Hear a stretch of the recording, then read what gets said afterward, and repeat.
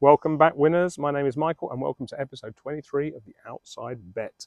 Happy Christmas Eve, one and all, and a special pre-Christmas pod for you all, and a free big bet on the Boxing Day clash at Old Trafford. As ever, please like, subscribe, and comment on the YouTube video, and please leave us a 5-star review if you're listening to the audio version of this pod. It's a cold day, it's a beautiful day, and it's Christmas Eve, and therefore I'm doing the pod today because I'm not doing one tomorrow, and I'm not doing one on Boxing Day morning, almost certainly. I am trying a new mic today, so hopefully we shall start getting some better audio going forward. So let me know in the comments if that's better for you. Now, you need to really pretend that this is the usual Friday pod, and if you're watching this on Friday, that will fit perfectly, because what we're going to do is, although I'm recording on a Wednesday, we're going to do the same thing, which is preview the Premier League games through the lens of our model. The leans have already gone to the top tier patrons, but we can review some of those, especially on the Premier League side. We've got a preview of the Premier League, and we've got a big bet on Friday night's match at Old Trafford, which I know that everyone will be watching because it's the only Premier League game, which is so weird for us in England. But for all of you in Europe and America, you're probably thinking, why on earth do they play so many games on Boxing Day anyway? Sorry, I'm putting my hat down. It's really cold, and for the first time, I don't have to have my ear pods in to record the audio, so I can actually have a hat that keeps me warmer. It is a beautiful Christmas Eve day, and I'm wishing you and all of your families a very Merry Christmas. As I said, we've got a free bet at the end of the pod, and the clue is Old Trafford. We only have trades and leans in the Premiership, Championship, and Serie A. The other two leagues that we're focusing on at the moment are both in a slight winter recess, although these days those winter breaks are very small, and I think the first one of those, La Liga, might even be back on the 2nd of Jan. Full bets and all the bets are with the private WhatsApp group members already, so hopefully you've got that if you're one of those. The data sheets and predictions, which I have here to give you some behind the scenes, they're with the patrons. The leans are with the upper tier patrons. We will cover some of them today because it's Christmas Eve and we're not tight with things. The free big bets on YouTube, as you know, come at the end of every episode. And if there are any leans, values, or bets, there will be another pod over the weekend, and that will just depend as the fixtures come up and we calculate the value through the models. And so, unless all the value we find gets eaten up like a Christmas dinner, there will be bets over the Christmas period. Sorry about that, slight breeze here, which will be an interesting test of the microphone. So let me know if the audio is better, because normally in the wind, the ear pods just kill you. So moving on to the Premier League, let's have a quick look through the lens of our models and do a mini preview. It'll be a 5-minute preview, so don't worry, it won't go on too long. If you look at the Man United Newcastle game, which, as I said, we've got a bet later, we have got 4.1 goals for the game split. It's a 3-1 Man United, 2.68 to 1.41, but still a 3-1 if you round them up. Probably a 2-1 is a fairer result, but it's a narrow win to Man United over Newcastle, and I know a lot of people are big time tipping Newcastle to win this, and that is because Man United have players away at the AFCON. But I think we need to consider the fact now that Man United are a vastly improved side. Their model is actually working in terms of all the players now know how to play to it. If you look at an expected table rather than an actual table, so a table as per the XG had happened instead of the goals, which of course doesn't happen in real life, then you would actually have Man United at third. That's the same table, by the way, that would have Wolves from third from bottom. So clearly it's a bit of nonsense because Wolves are genuinely rubbish.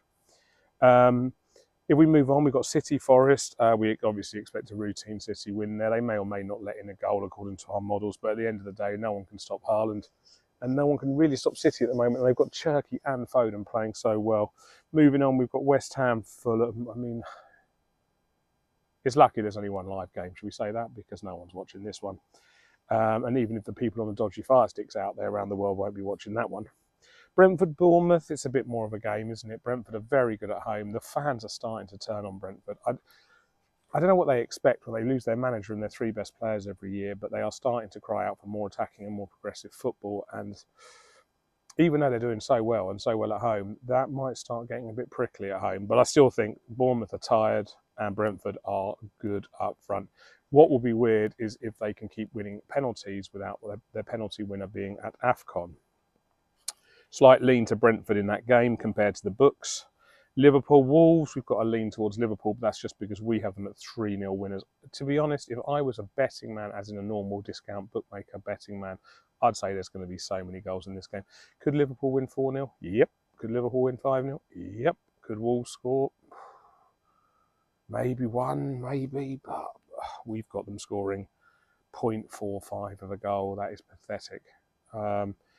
We've got Burnley. I missed Arsenal, Brighton. We've got Arsenal to win as a 2-1 regulation win here. I think 2-1's generous. The point is that Arsenal might score 1, 2 or 3 goals, but Brighton can't score, and they certainly can't score against Arsenal. Burnley, Everton, we've got a lean towards Burnley. We've got 0.38 supremacy on Burnley, and a lot of bookmakers will have Everton as favourites, or it'll be an evens on a draw. I don't know the answer to this game, and I probably wouldn't bet on it for that reason. I think that Burnley might upset the apple cart here and actually nick something from the game, but I wouldn't want to take it. 1-1 draw, should we say that, for old time's sake? And the last one of the Saturday games is Chelsea-Villa. We have Chelsea to win with a high-scoring game and a lean into the overs. Chelsea are so good that this is the test for Villa. If Villa want to be considered a title-winning side, they play Arsenal after Chelsea, both away from home. If they win one and draw one of those two games, i.e. come out of London with 4 points over this period, they will be title contenders because they have got quality players and they have got an easy fixture run after these 2 games. Sunderland-Leeds is a Leeds United probably just edging a 1-1 draw, but it could be Sunderland at home, who never lose at home, but both teams are looking a little bit tired. And if anything, Leeds, since that rework into the 2 up top with Calvert-Lewin firing, they're one of the form sides in the league. All of us who've ever played FPL know that Dominic Calvert-Lewin's a nightmare, but they could score here, and they probably will score. The question is whether Leeds score 1 or 2. If Leeds score 1, this game's a 1-1 draw or a 2-1 Sunderland win. If Leeds score 2, then Leeds will win.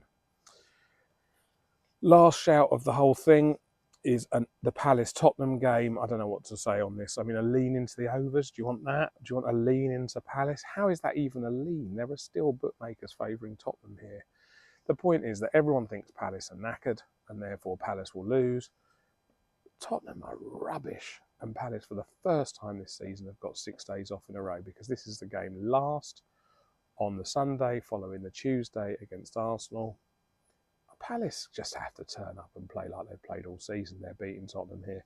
Anyway, we've got the overs, 2.9 goals in the game, which we've got split very nicely. 1.97 Palace, 0.92 Tottenham. So that, for me, is one of our NAP score predictions. If you want an exact score prediction, that's probably our NAP for the week. We don't normally do them. You certainly shouldn't bet on them, by the way, so don't get excited. But we've got that as a 2-1 Palace NAP. And that, if we timestamp it, coming up to 8 minutes, is going to be time for the big bet. Come on then.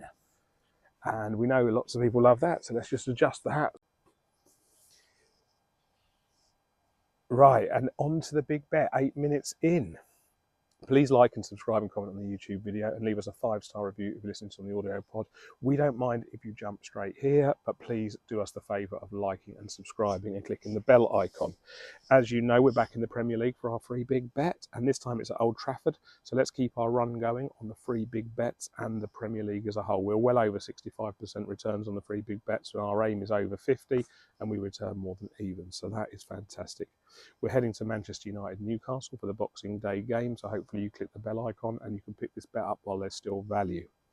We can get value on the overs for this game. Total goals is at evens, or better actually, 2.1 for over 2.75 goals across the high street. Now the over 2.75 goal market is tricky, but 3 goals plus are very likely here, as both teams love to attack. Our model has actually got 4.1 goals for the game, split 2.68 to 1.41 in favour of United. As you know, we look for a complete whole goal. So 4.1 goals for the game versus the market level of 2.75 is our whole goal. As you can tell, we could fancy a bet on the United supremacy, which the market doesn't believe in.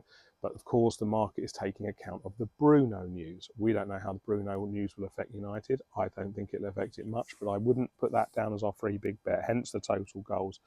If you're a bet builder, if you're a total goals man, if you're an accumulator builder, that's all good. Remember, you can also take home goals, total shots, and all the derivatives that will be very good value, while this is good value.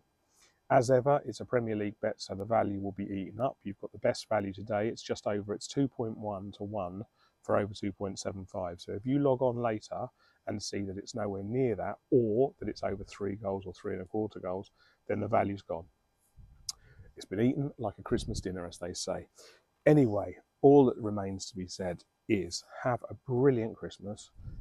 Love to all of your families and everyone's time. See you on Boxing Day for the football. Hopefully there'll be loads of goals for this free bet.